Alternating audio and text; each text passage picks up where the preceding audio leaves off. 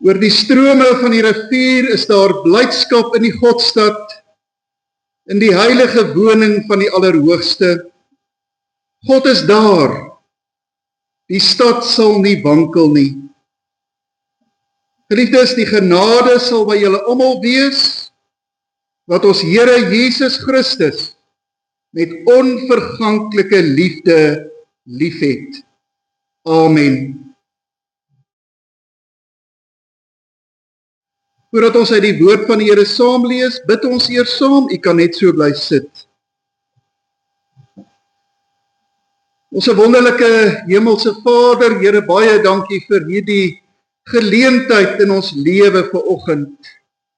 Ons gebruik die woorde van 'n psalm waarin die volk Israel altyd bely het dat God by die tempel is, dat God teenwoordig is in Sion, die Godstad, dat hy daar is en daarom kan dit nie wankel nie. Daarom dank ons U ook, Here, vir ons kerkgebou, vir ons gemeente, en dat ons met vreugde vanoggend ook hier kan wees waar ons U kom aanbid, waar ons kom luister na die volheid, die heerlikheid van U woord, maar Here, waar ons ook saam met ons medegelowiges is, en wie se lief en leed ons ook deel, en met wie ons ook, Here, in 'n verhouding is. Baie dankie, Here, dat ons kan aanvaar, dat U op U belofte, nou deur U Heilige Gees, ook in ons midde is, en dat U ook, Here, self ons woorde en ons gedagtes wil rig, sodat ons U sal eer, sodat alles wat hier gebeur tot ons opbou in die geloof sal wees. Hoor ons gebed, ons vra dit van U in Jesus Christus se naam. Amen. Kom ons lees vanoggend uit die Nuwe Testament, uit die Evangelie van Markus, en ons gaan uit hoofstuk 2 perikope lees wat saam met mekaar verstaan en geïnterpreteer moet word. Die eerste is waar Jesus by Levi, die tollenaar, gaan eet en kritiek van die Fariseërs daaroor kry, en dan ook die konfrontasie van die Fariseërs waarom Jesus en sy volgelinge nie vas nie. So kom ons lees hierdie 2 perikope vanaf vers 13 tot en met vers 22 van Markus hoofstuk 2. Jesus het weer na die see toe gegaan. 'n Hele menigte mense het na hom toe gekom en hy het hulle geleer. Toe hy by die tolhuis verbygaan, sien hy vir Levi, die seun van Alfeus, daar sit, en hy sê vir hom, volg my. Levi het opgestaan en hom gevolg. Daarna het Jesus in Levi se huis gaan eet. Baie tollenaars en sondaars was saam met Jesus en sy disippels aan tafel, want daar was baie van hulle wat hom gereeld gevolg het. Toe die skrifgeleerdes onder die Fariseërs sien dat Jesus saam met die sondaars en tollenaars eet, het hulle vir sy disippels gesê, waarom eet hy saam met tollenaars en sondaars? Jesus het dit gehoor en vir hulle gesê, die wat gesond is, het nie 'n dokter nodig nie, maar die wat siek is. Ek het nie gekom om mense te roep wat op die regte pad is nie, maar sondaars. Johannes se volgelinge en die Fariseërs was besig om te vas. En die mense kom vra toe vir Jesus, waarom vas die volgelinge van Johannes en die volgelinge van die Fariseërs, maar U disippels vas nie? Jesus antwoord hulle, kan die bruilofsgaste dan vas, terwyl die bruidegom by hulle is? Nee, solank hulle die bruidegom by hulle het, kan hulle nie vas nie. Maar daar sal 'n tyd kom, wanneer die bruidegom van hulle af weggeneem sal word, dan op daardie dag sal hulle vas.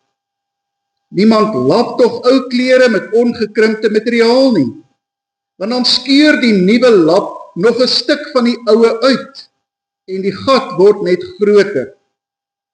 Niemand gooi ook nuwe wyn in ou velsakke nie, want dan laat die wyn die sakke oopbars en die nuwe wyn, sowel as die sakke, gaan verlore.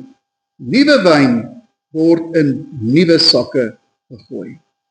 Kom ons lees daardie gedeeltes uit die evangelie van Markus vanoggend as God se ewige en onfeilbare woord. Niemand lap tog ou klere met ongekrimpte materiaal nie, en niemand gooi nuwe wyn in ou velsakke nie. Liewe broers en susters in die Here, as u met dit sou begin, sou ek vanoggend met 'n staaltjie wou begin. Tydens die Eerste Wêreldoorlog was dit die gebruik dat soldate van die besettingsmag met groot vertoon deur die strate van die stede en dorpies van Europa marseer het. Die kinders het dan vreesbevange weggevlug. Die groot mense het hulle deure gesluit. Tot daar op 'n dag 'n berig oor die radio gekom het wat die blye boodskap verkondig het. Die oorlog is verby. Die vrede het gekom. Die besettingsmag is verbreek.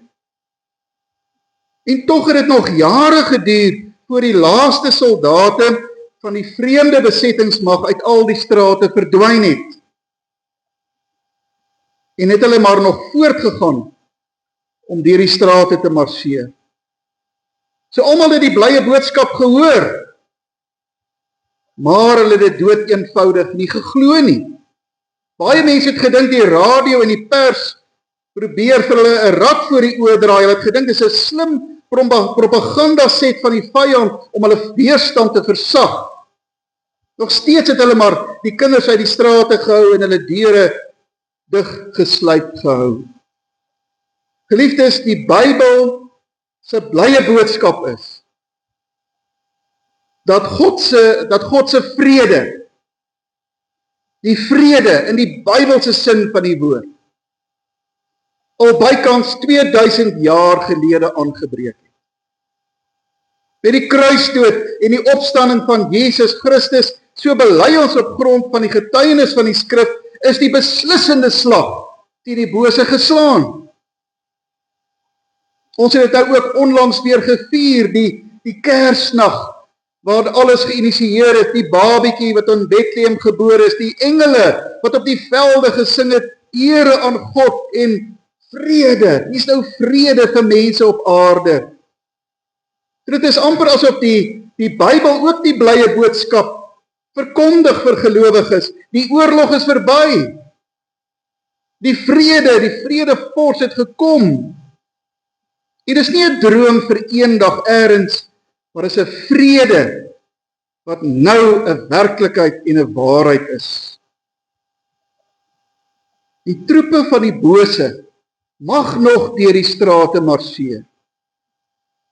Die bose is nog, soos in die woorde van die apostel Petrus, 'n brullende leeu wat rondloop op soek na iemand om te verslind.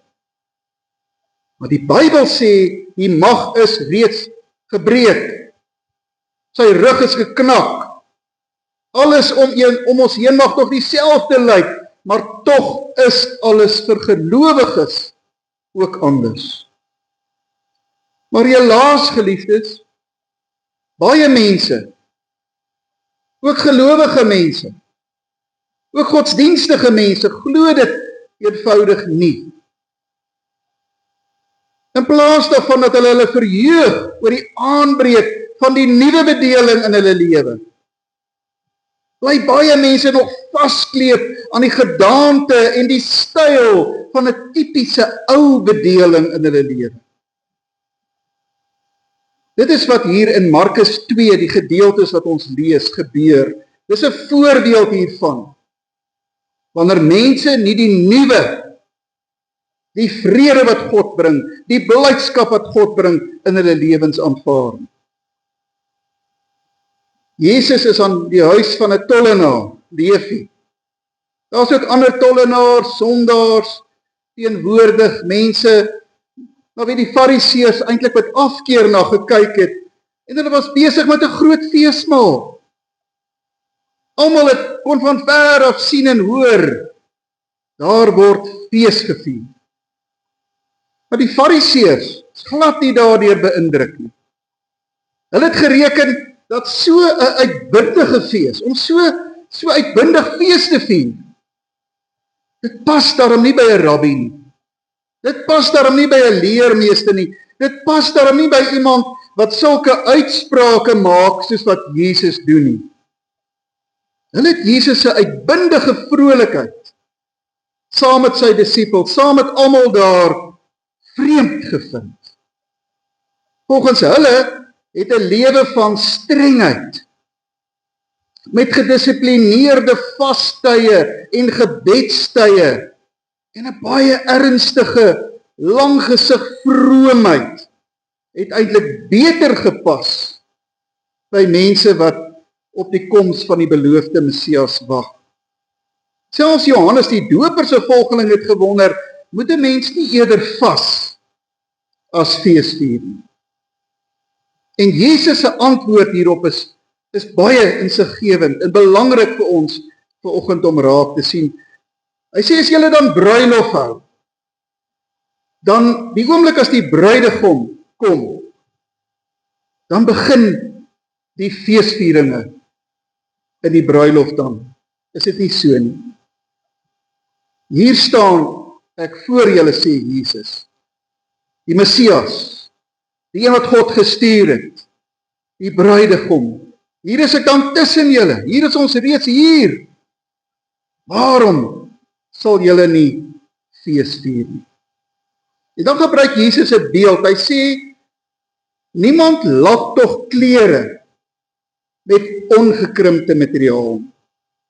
En niemand gooi nuwe wyn in ou velsakke nie. Daarmee sê Jesus vir die Fariseërs, in hom, in Jesus Christus, het God se genade volledig, genoegsaam vir sondaar mense aangebreek. Net mense wat die genade half begryp en half aanneem en dit eintlik nie glo of uitleef nie. Hulle glo dat hulle nog daartoe moet bydra. Het 'n streng lewe van vaste gebedstye en vastye. Moet bydra om mens en God met mekaar te versoen. Hulle probeer om die nuwe materiaal van God se volledige genade, genoegsame genade, te lap met die ou klere van hulle sondigheid. Hulle is soos mense wat die nuwe wyn van God se vrysprekende genade, maar weer in hulle ou velsakke gaan gooi. Hierdie gedeelte sê, God se genade is vir ons genoeg. Ons hoef nie lapwerk te doen nie. Ons kan net met vrolikheid en vreugdevolheid die fees van 'n lewe in God en saam met God elke dag ten volle in ons lewens geniet en uitleef. Jesus Christus sê wat God in en deur sy seun doen, is nie om gebroke mense so 'n bietjie te restoreer nie. Soos wat 'n mens 'n kledingstuk sal lap en die gate toestop nie. God restoreer nie mense nie, hy red volkome.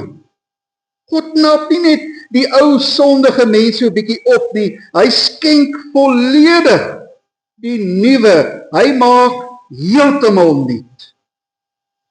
God doen nie halwe werk nie.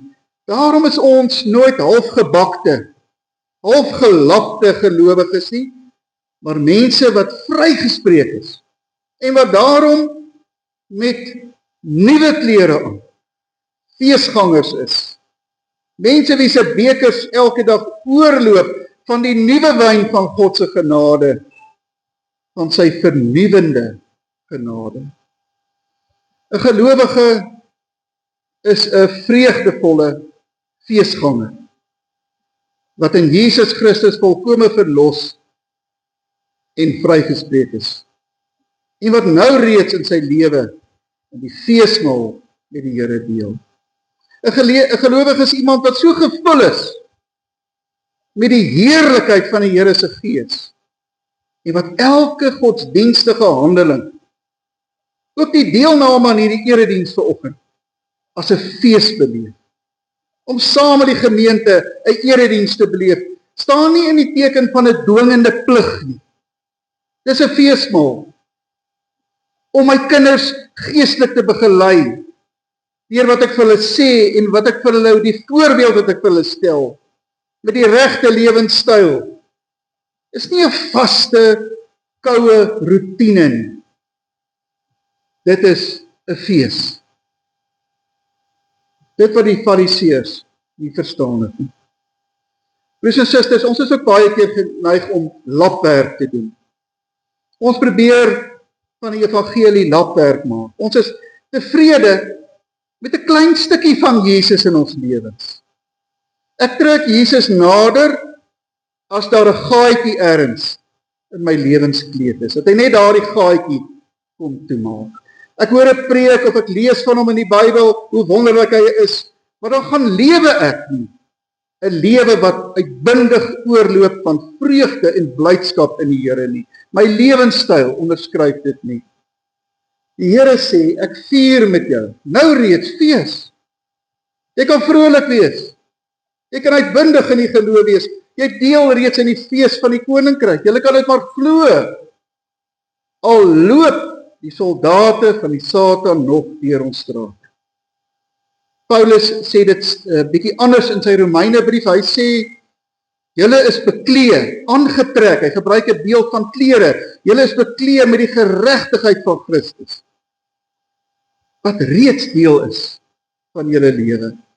En die skrywer van die Openbaringboek vertel van mense wat aansit by die bruilofsmaal van die Lam met fyn helder klere aan, wit gemaak, gewas deur die bloed van die Lam. Geliefdes, kom ons gaan leef dan hierdie nuwe jaar as mense wat nie alleen bedek is met die genade van God nie, soos 'n pragtige nuwe kleed nie, maar soos mense wat gevul is daarmee, wat borrelend oorloop daarvan, vervul met die nuwe wyn van God se koninkryk, sodat ons kan feesvier, maar nie op die wêreldse manier. Ons word vervul met die Heilige Gees, met die dinamiese Heilige Gees in ons lewens. Ons kan as gelowiges voluit vrolik lewe, want ons is reeds deel van die fees van God se koninkryk. Mag die Here ons elkeen daartoe elke dag help. Amen. Kom ons dank nou saam.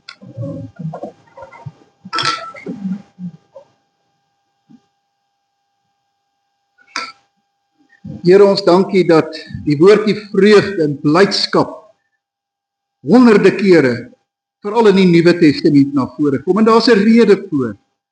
Here, wanneer ons in U die verlossing het, dan leef ons voluit. Ja, ons leef in 'n vreeslike wêreld, Here, 'n wêreld waar ons aangegryp word deur die vreeslike wreedhede van mense en volkere. 'n Wêreld waarin mense mekaar nie akkommodeer nie liefhet nie, maar alles vir hulle self gryp. En tog is dit so, Here, dat ons die kinders in die wêreld is, dat U die nuwe wyn van die genade reeds vir ons gee.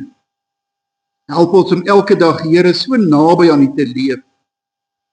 Ons en ons geliefdes, dat ons iets hiervan verstaan, en in hierdie vreeslike donker wêreld, die lig van gelowige wees, van vreugde, wat borrelend is, elke dag uitleef, soos wat Jesus vir ons kom leer het.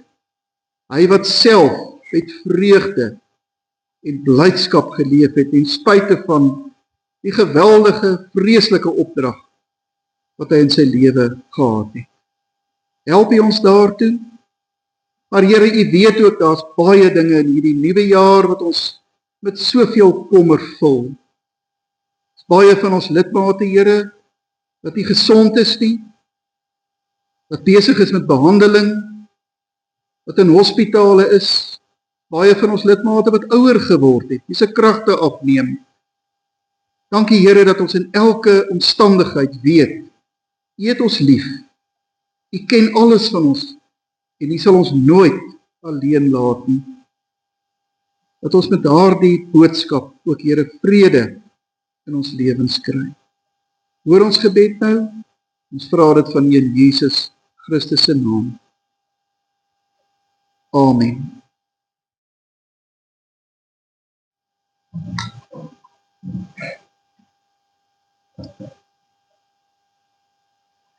Broers en susters, nou dat ons in die prediking opnuut verseker is van God se genade en opgeroep is tot geloof, en omdat ons die woord van God leer ons dat ons uit genade gered is, laat ons terwyl ons net so bly sit, ons geloof so bely. Ek glo in God die Vader, die Almagtige, die Skepper van die hemel en die aarde, en in Jesus Christus sy eniggebore Seun ons Here, wat ontvang is van die Heilige Gees, gebore is uit die Maagd Maria, wat gelei het onder Pontius Pilatus, gekruisig is, gesterf het en begrawe is, en neergedaal het, wat op die derde dag weer opgestaan het uit die dode, wat opgevaar het na die hemel en sit aan die regterhand van God, die Almagtige Vader, van waar hy sal kom om te oordeel, die wat nog lewe en die wat reeds gesterf het. Ek glo in die Heilige Gees. Ek glo in 'n heilige algemene Christelike kerk, die gemeenskap van die heiliges, die vergifnis van sondes, die opstanding van die vlees en 'n ewige lewe. Amen.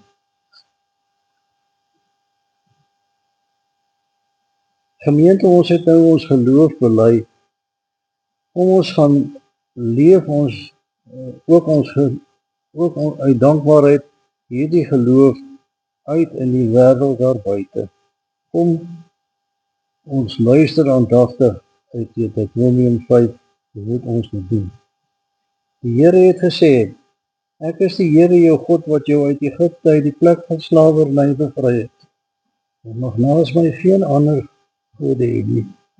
Jy mag nie vir jou 'n beeld of enige afbeelding maak van wat in die hemel daarbo of op die aarde hieronder of in die water onder die aarde is nie. Jy mag hulle nie vereer of dien nie, want ek die Here jou God, hy is onverdeelde trou aan my. Ek reken die kinders die sonde van hulle vaders nie, selfs tot in die derde en vierde geslag van die duisende geslag van die wat my lief het en my gebooie gehoorsaam. Jy mag die naam van die Here jou God nie misbruik nie, want die Here sal die een wat sy naam misbruik nie ongestraf laat bly. Jy moet die Sabbatdag so deurbring dat jy dit heilig hou, soos die Here jou God jou beveel het. 6 dae moet jy werk en alles doen wat jy moet, maar die 7de dag is die Sabbat van die Here jou God. Dan mag jy geen werk doen, nie jy of jou seun of jou dogter, of die man of vrou wat vir jou werk, of die bees of jou donkie, of enigiets of die vreemdeling by jou nie, sodat jou werksmense kan rus soos jy. Jy moet daaraan dink dat jy in Egipte 'n slaaf was en dat die Here jou God jou deur magtige dade en deur krag en magtige dade daaruit bevry het. Daarom het die Here jou God jou beveel om die Sabbatdag te onderhou. Eer jou vader en jou moeder, dan sal jy lank by woon in die land wat die Here jou God vir jou gee. Jy mag nie moord pleeg nie. Jy mag nie egbreek pleeg nie. Jy mag nie steel nie. Jy mag nie vals teen 'n ander getuig nie. Jy mag nie iemand anders se vrou begeer. Jy mag nie sy huis begeer, ook nie sy grond of slaaf of slavin of bees of donkie of enigiets anders wat aan hom behoort. Gemeente, ontvang nou die seën van die Here en gaan in sy vrede. Die Here Jesus Christus sê, my blydskap sal in julle wees en julle blydskap sal volkome wees. Amen.